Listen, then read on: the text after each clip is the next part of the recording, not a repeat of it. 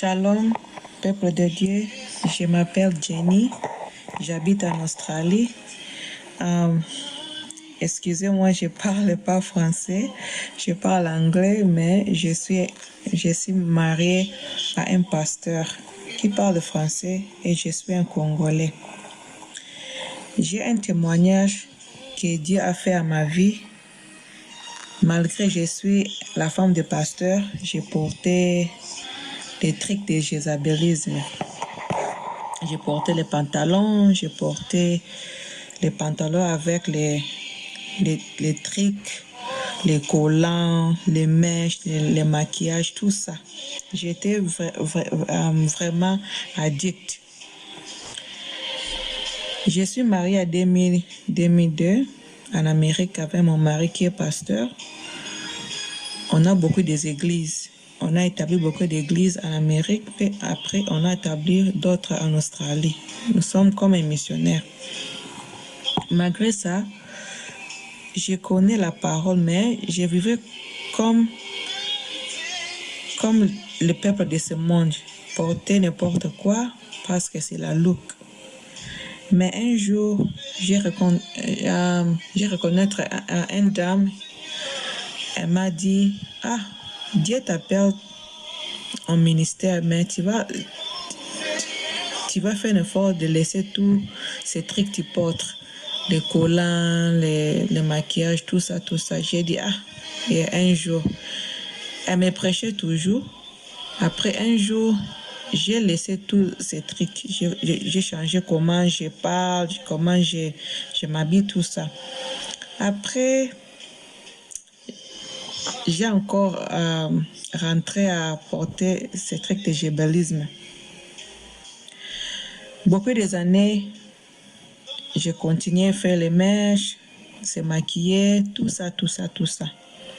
J'ai voyagé en Amérique, Australie. Je venais en Australie après 3 ans, je pars en Amérique, je viens encore. C'est comme ça. En 2020, en mars, quand on a quitté un autre état, on a mouvé ici avec mon mari et les enfants. J'ai parti au travail, un boulot. J'ai rencontré une fille, elle s'appelle Linda. Elle s'habille, elle porte elle se couvre bien les longues jupes, les robes, les foulards à la tête. Je l'ai demandé, tu es musulman? Elle a ri, c'est non, je ne suis pas un musulman, mais je suis chrétien. Je suis chrétien, tu parles la langue? Elle a dit, oui, je parle la langue. Ok, après, elle a commencé à me prêcher que les trucs que tu portes, ce n'est pas bien pour les enfants de Dieu. Elle m'a donné beaucoup de versets. Elle m'appelle, elle m'envoie des vidéos, elle m'envoie des versets bibliques. J'ai prié, j'ai regardé ces vidéos. Esther Saforo, Fumelayan, beaucoup de gens qui, dans des ministères de holiness, la sainteté. J'ai rié toujours, ça ce n'est pas moi. 3-4 mois après, notre boulot nous dit que le travail est fini. On part à la maison, le COVID-19 a arrêté tous les travaux. Après un jour, j'ai appelé ma copine qui me tresse les cheveux. Elle m'a dit, mon mari m'a dit, je tresse plus les cheveux parce que le COVID-19 est partout. Après, je me dis, moi j'aime les mèches. Elle me dit, elle ne peut pas me tresser les cheveux. Qu'est-ce que je vais faire? J'ai laissé ma cheveux naturelle. Je mettais seulement les lipsticks, les maquillages, tout ça. Après, chaque fois, je prie, je sens à mon cœur que tout ce que je fais, ce n'est pas bien. Mais ça me fait comme la guerre en moi-même. J'ai prié toujours. La sœur Linda m'envoyait toujours des vidéos, les témoignages des autres. Elle m'envoyait des Esther Safaro. Elle m'envoyait beaucoup de vidéos. Après, j'ai parti moi-même YouTube. J'ai commencé à rechercher la sainteté, les filles qui a stoppé le jézabélisme, qui est venu à la sainteté. Après, j'ai vu Jésus revient TV. J'ai commencé à regarder ces vidéos-là. J'ai dit, c'est bien. D'autres sœurs qui étaient païens, maintenant, ils sont chrétiens. Ça c'est bien, ça c'est joli. J'ai regardé ces vidéos chaque jour. Après, j'ai un convaincu que j'appelle à ce ministère, mais je n'ai pas le numéro. Je regarde toujours les vidéos, je pars au travail, je regarde des vidéos, je pars au travail, je regarde ces vidéos. Un jour, j'ai appelé la dame Linda. Je sais, je connais pas, mais je sens que j'arrête tout ce que j'ai fait. Elle me dit, Jésus te dit, tu arrêtes. Après, j'ai prié, j'ai commencé à pleurer. J'ai senti quelque chose entre de moi qui me dit, jetez tous tes habits, jetez tous les pantalons, jetez tous les mèches, tout. J'appelle encore la sœur, elle riait. Je dis, aujourd'hui c'est ton jour, Dieu te parle. J'ai demandé pourquoi tu ris. Je sais, parce que j'ai prié pour toi chaque jour, depuis mars, que le Seigneur te touche, tu laisses tous les trucs là. Après, j'ai commencé à jeter, j'ai vidé ma garde-robe, j'ai vidé tout. J'ai mis tout à la poubelle. Mais j'ai beaucoup de bijoux, les bijoux en or, en diamant. Moi, je débarrasse de tous ces bijoux. Après, quand j'ai jeté tout, je n'ai plus les habits à porter. Je cherche les habits partout. Tous les magasins sont fermés. En Australie, tout est fermé. Tout est fermé. J'ai pris toujours. Après, un jour, Dieu me dit encore, tu changes ma créature. Je dis, comme je change ta créature, les produits que tu utilises. J'utilise quelques produits hydroquinone pour ma peau parce que j'ai, on appelle ça en anglais eczéma. Quand je pars chez les docteurs, ils me donnent des hydroquinone 1%, mais 1% ne fait rien. Je pars à l'histoire des Africains qui me donnent 2% qui m'aident pour la peau. Après ça, j'ai prié, j'ai tout jeté. Après, j'ai dit, quoi encore, Seigneur, qu'est-ce que tu veux dans moi? Et c'est donne-moi ton cœur. Je veux, tu me donnes ton cœur. Tu enlèves tout agenda dans ton cœur, que tu vas travailler pour le monde, tu vas faire ceci, faire cela, tu me donnes ton cœur. J'ai fait tout ça, j'ai jeté tout, j'ai donné mon cœur 100%. Et j'ai débarrassé tous les bijoux. J'ai débarrassé tout. Après, j'ai cherché votre prix, un numéro à votre ministère. Et j'ai appelé. Après, j'ai vu quelqu'un m'a envoyé les trucs, les noms. Il s'appelle l'évangéliste Silas. J'ai dit, évangéliste Silas, j'ai vu votre nom à votre vidéo. Jésus revient TV. J'ai un témoignage, mais je ne parle pas français, mais je vais t'envoyer mes photos avant et après. J'ai envoyé toutes les photos, mais après j'ai envoyé toutes mes photos, mais il dit, sœur, tu as un bague dans ta doigt. J'ai dit, ça c'est le bague de mariage. Il m'a envoyé le verset biblique. J'ai prié, j'ai enlevé. Mon témoignage est long, mais je dis seulement à mes sœurs que Jésus est grand. Jésus est trop grand. Tous les trucs qu'on porte, les mèches, les bijoux, les pantalons, ce n'est pas bien. Les mèches représentent les serpents, les trucs qu'on porte, c'est le jézalisme. Dieu m'a délivré. J'ai pris aussi Que Dieu vous délivre. J'ai lu tous les versets. On m'a envoyé Romains 12, verset 1, 1 Timothée 2 à 9. Ce n'est pas bien que tous les trucs qu'on porte. On porte tous les sexy. Moi, j'étais addictée à les mèches. Je faisais mes mèches chaque mois. Mes cils me coûtaient à $110. Mes cheveux, 200. Mes pantalons, je portais tous les griffes. $1000. Mes sacs à main, 800. Mon argent partait seulement à les habits et les bijoux et les trucs. Mais Dieu a changé ma vie. J'ai pris que le Saint-Esprit, tout le monde qui va m'attendre mon témoignage. Je sais que je ne parle pas français bien, je parle l'anglais, mais j'ai fait un effort que tu écoutes la voix de Dieu. Tu débarrasses tous ces trucs de jésualisme. Tous les trucs qui vont nous mener en affaire. Jésus nous l'aime qu'on reste naturel. Pas des trucs des mèches, les plantes, les produits chimiques, tout ça, ce n'est pas bien. Le Seigneur vous bénisse. C'est la sœur Jenny. Amen. Amen. Alléluia. Voilà, chers frères et sœurs, c'était le témoignage de notre sœur Jenny depuis l'Australie. Elle vivait dans le monde du jézabélisme.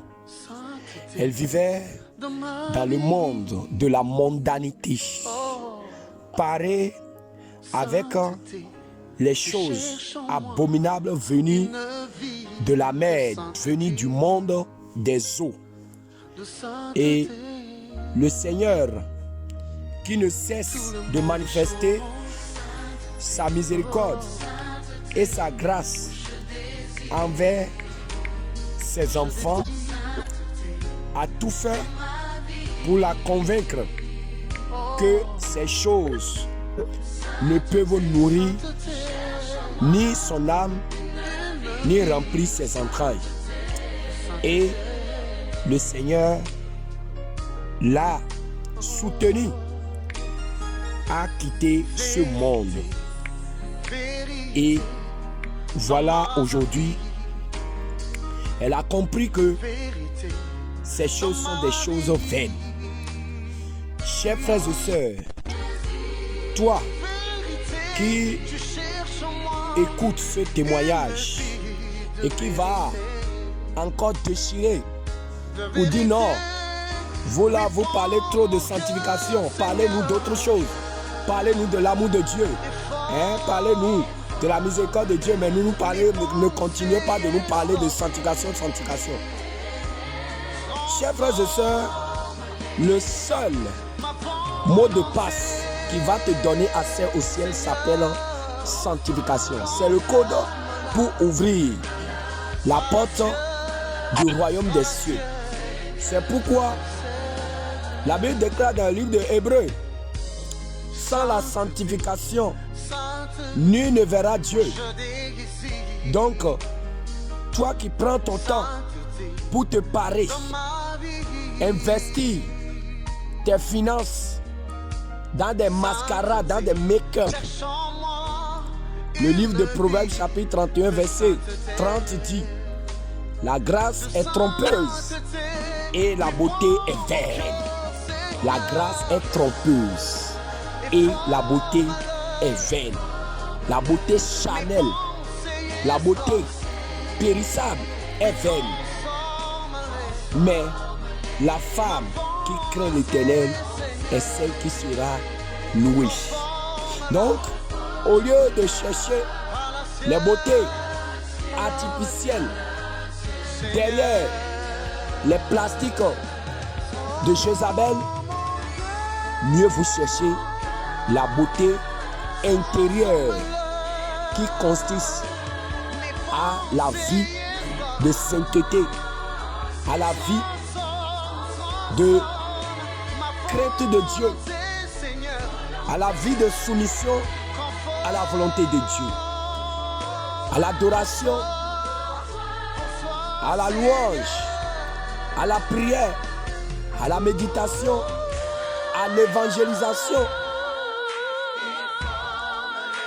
Chers frères et sœurs, le Seigneur parle et parle encore derrière ces messages et utilise tous ces moyens pour vous convaincre que vous n'avez pas besoin de ces choses, mais vous avez le choix. Vous avez le choix. Vous avez le choix de rester dans vos abominations pour l'enfer ou choisir d'abandonner ces choses pour le ciel. Dans Romains 12, verset 1, il est écrit: je vous exhorte donc, frères, par les compassions de Dieu, à offrir vos corps comme un sacrifice vivant, saint, agréable à Dieu, ce qui sera de votre part un culte raisonnable. Apôtre Paul parle ici d'une consécration de notre corps physique tout entier à Dieu. Or, le corps consacré à Dieu devient pour Dieu et ne doit plus héberger aucune idole de Jézabel. Et dans 2 Corinthiens chapitre 7, verset 1, il est écrit: ayant donc de telles promesses, bien-aimés, purifions-nous de toute souillure de la chair. Ceux qui disent que Dieu ne regarde pas le corps, que Dieu ne regarde pas la chair. Voyez, on nous demande de nous purifier. Il dit: purifions-nous de toute souillure de la chair, tout ce qui va souiller ta chair et ton esprit, de toute souillure de la chair et de l'esprit, en achevant notre sanctification dans la crainte de Dieu. Alléluia. La sanctification, c'est la dernière étape de la vie chrétienne. Quand tu t'engages dans le Seigneur, la dernière chose pour laquelle tu dois te donner et te consacrer, c'est la vie de la sanctification. C'est le dernier niveau. Alléluia. C'est pourquoi apôtre Paul, dans ce verset, met un accent particulier sur notre corps, sur ce que nous devons offrir à notre Dieu. Notre corps physique qui doit refléter l'image d'un enfant de Dieu, et notre corps intérieur qui est notre esprit, notre âme, qui doit aussi refléter l'image d'un enfant de Dieu qui marche avec Christ. Et dans le livre de Tite, chapitre 2, le verset 3, il a dit, apôtre Paul disait à l'endroit de Tite, dit que les femmes, les temps sont finis. Alléluia, les femmes âgées doivent aussi avoir l'extérieur Les temps sont finis. qui convient à la sainteté. Finis. L'extérieur qui convient à la sainteté. Chers frères et sœurs, si Dieu ne regarde pas l'extérieur, pourquoi apôtre Paul pourrait parler encore en demandant aux femmes âgées, c'est-à-dire les femmes qui sont déjà en Christ et qui savent que le Seigneur n'aime pas ces choses-là, doivent donner le bon exemple aux nouveaux venus, aux nouveaux convertis, ceux qui sont déjà dans l'église avant doivent donner le bon exemple. Alléluia. Quand on parle de femmes âgées ici, c'est pas âgé en âge, mais c'est âgé en expérience. Celui qui vient dans le Seigneur, tu as fait 5 ans, 10 ans dans l'église et tu continues de mettre des plastiques de Jézabel sur ta tête. Comment est-ce que celui qui est venu demain, celui qui est venu hier, va savoir que on ne doit pas mettre ces choses-là? Donc toi, femme, qui a déjà fait 5 ans, 2 ans, 23 ans dans l'église et tu continues de mettre ces choses, sache que tu es une pierre d'achoppement pour les nouvelles âmes qui vont venir. Parce que si dans votre église, vous négligez ces choses, les nouvelles qui vont venir vont vous copier. Et ça va donner l'image que nous voyons aujourd'hui dans les églises de la voie large. C'est pourquoi le Seigneur veut que les femmes responsables, les femmes âgées donnent déjà le très bon exemple pour éduquer les nouvelles âmes converties. Alléluia. Chers frères et sœurs, je vous le dis en vérité, les temps sont finis et notre Seigneur Jésus-Christ prépare son peuple à l'enlèvement. Et cette préparation, c'est rien que à travers le dépouillement des choses du monde, le débarrassement des choses du monde, l'abandon total des choses mondaines, des choses de Jézabel qui ne nourrissent ni vos âmes, ni remplissent vos entrailles. Et pour finir, je rappelle à tous que ceux qui continuent de remettre à demain leur dépouillement, ils disent non, je vais me marier d'abord avant de me dépouiller, sinon les hommes ne vont pas s'intéresser à moi. Non, moi, oui, je vais me parer un peu pour mon mari, sinon mon mari va sortir pour aller chercher les prostituées dehors. Si je ne porte pas les mèches, si je ne mets pas les rouges à lèvres, mon mari ne va pas s'intéresser à moi, mon mari va aller chercher dehors. Hey, je te dis en vérité, un grand jour arrive où ton mari ne pourra pas te sauver, où rien ne pourra te sauver. Les choses les raisonnements que tu te donnes, ces raisonnements seront pour toi de la gangrène qui va ronger ton âme. Je te le dis en vérité. Et je vous dis, il y a une prophétie dangereuse qui attend tous ceux qui ne veulent pas se débarrasser de ces choses au moment où ils entendent ce message. Voici dans Ézéchiel chapitre 7, le verset 19 à 22. Voici ce qui va arriver, qui est annoncé par le prophète Ézéchiel. Vous les femmes à qui on vous demande de vous débarrasser des make-up, des rouges aux lèvres, des vernis, des faux ongles, des faux cils, et vous remettez toujours à demain.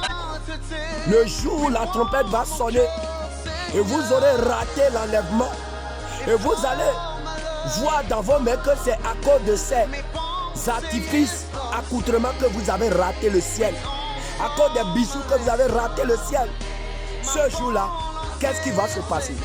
Ézéchiel chapitre 7, le verset 19 déclare: ce jour, ils jetteront leur argent dans les rues et leur or, c'est-à-dire bijoux, mèches, perruques, rouge aux lèvres, faux cils, faux ongles, collants, pantalons féminins, mini-jupes, vernis, gros talons, bagues de mariage, goumettes et autres, sera pour eux un objet d'horreur.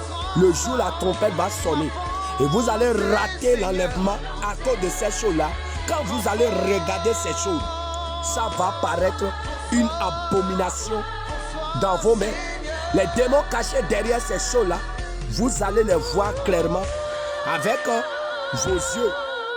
Et Ézéchiel poursuit ou dit: leur argent et leur or ne pourront les sauver au jour de la fureur de l'Éternel. Le jour où le Seigneur va se venger de vous, parce que pendant longtemps il vous demande de vous débarrasser de ces choses et vous refusez. Le jour où il va prendre la revanche, ce jour-là, vous allez voir. C'est de ça il dit: ces choses ne pourront les sauver au jour de la fureur de l'Éternel. Ils ne pourront ni rassasier leur âme ni remplir leurs entrailles, car c'est ce qui les a fait tomber dans leur iniquité. Nous sommes toujours dans Ézéchiel 7, verset 19 à 22. Le fait d'avoir apporté ces choses, il est clair ici que ces choses ont fait que vous avez péché contre l'Éternel. Le fait d'avoir mis des bijoux sur ton corps t'a conduit dans l'iniquité, t'a conduit à pécher. Ces choses constituent un piège que l'ennemi a tendu pour ton âme. Et tu es tombé dedans à cause de toutes les publicités qui se font derrière ces choses à travers la télévision. Je te dis, ce jour, le Seigneur va venger ta rébellion et tu ne t'en sortiras pas. C'est ça, on te dit, c'est ce qui les a fait tomber dans leur iniquité. Ils étaient fiers. Ils étaient fiers de leur magnifique parure. Ils étaient orgueilleux, remplis d'orgueil à travers ces artifices. Mais ils sont désolés. Ils sont désolés du naturel de Dieu, mais ils étaient fiers de leur magnifique parure. Et ils en ont fabriqué les images de leur abomination, de leurs idoles. C'est pourquoi je la rendrai pour eux un objet d'horreur. Je la donnerai en pillage aux mains des étrangers et comme butin aux impies de la terre afin qu'ils la profanent. Je détournerai de ma face et l'on souillera mon sanctuaire. Je vous dis, femmes chrétiennes, ce verset de Ézéchiel chapitre 7, le verset 19 à 22, prends ça et colle ça derrière ton lit et demande, Seigneur, donne-moi la révélation qui est dans ce passage-là.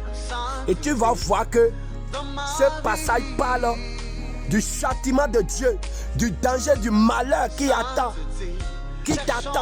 Toi qui refuses d'enlever ces choses, le malheur qui t'attend. Le jour la trompette va sonner et tu vas rater le ciel. La scène qui va se dérouler ce jour-là, c'est ça on est en train de te dire. Je te dis en vérité, quand le Seigneur dit ici que vous serez livrés aux impies de la terre, on te parle des démons qui vont prendre en otage la terre tout entière après l'enlèvement. Ceux qui vont rater le ciel, les démons, les impies de la terre vont se saisir d'eux. On dit, et ils souilleront mon sanctuaire. Et l'on souillera mon sanctuaire. Le sanctuaire de Dieu qui est ton corps. Qui est ton corps. La Bible déclare, notre corps est le temple du Saint-Esprit. Donc, le sanctuaire de Dieu, c'est ton corps. Mais tu as souillé le sanctuaire de Dieu et tu as mis les choses souillées, les mascarades venues du monde, des sirènes, du monde des eaux. Tu as mis ça sur ton corps alors que la Bible dit de ne pas toucher aux choses impures. Et tu as souillé ton corps. En vérité, l'Éternel te dit ici que tu seras livré aux impies, aux démons, et ils vont te détruire. Ce jour-là, c'est ça, vous allez voir. Ils vont prendre des lances qui vont percer des anus des gens. Ils vont percer les parties intimes des gens. Ils vont déchirer vos oreilles. Ils vont déchirer là où vous avez fait des tatouages. Ils vont les déchirer. Toi qui as fait tatouage, va sur tes genoux et pleure à l'Éternel. Et demande, Seigneur, efface par ton sang cette marque de Lucifer que je porte dans mon corps. Apôtre Paul déclare que personne ne me fasse de la peine, car je porte la marque de Christ dans mon corps. Mais toi qui t'es fait tatouer, tu as porté la marque de Lucifer sur ton corps. Mais tant que tu es encore vivant et tu te répands complètement et tu pleures à Jésus, Jésus-Christ, par son sang, va te laver. Mais si tu t'entêtes, si tu dis non, vous là, vous voyez le diable partout. Mais pour voir ce qui t'attend, je te dis en vérité, Jésus-Christ appelle à la repentance. Nous prenons chemin pour aller au ciel. Est-ce que tu pourras aller aussi? Les anges par milliers parcourent le ciel. Ils sont vêtus en habit blanc. Et toi, mon frère, pose-toi la question. Est-ce que tu pourras aller aussi? Les anges par milliers parcourent le ciel. Ils sont vêtus en habit blanc. Et toi, ma soeur, pose-toi la question. Est-ce que tu pourras aller aussi? Et toi, voleur, pose-toi la question. Est-ce que tu pourras aller aussi? Et toi, menteuse, pose-toi la question. Est-ce que tu pourras aller aussi? Et toi, Jézabel, pose-toi la question. Est-ce que tu pourras aller aussi? Et toi, hypocrite, pose-toi la question. Est-ce que tu pourras aller aussi? Les anges par milliers parcourent le ciel. Ils sont vêtus en habit blanc. Et toi, mon frère, pose-toi la question. Est-ce que tu pourras aller aussi? Nous prenons chemin pour aller au ciel. Est-ce que tu pourras aller aussi? C'était votre bien-aimé, l'évangéliste Jean Gracien pour le groupe Jésus revient. Pour tout renseignement, contactez notre numéro WhatsApp sur 00229 97 25 35 39. Que toute la gloire soit rendue à notre Seigneur Jésus. Et mettez de l'ordre dans votre vie, car la trompette va sonner bientôt. Shalom, shalom, shalom. Merci.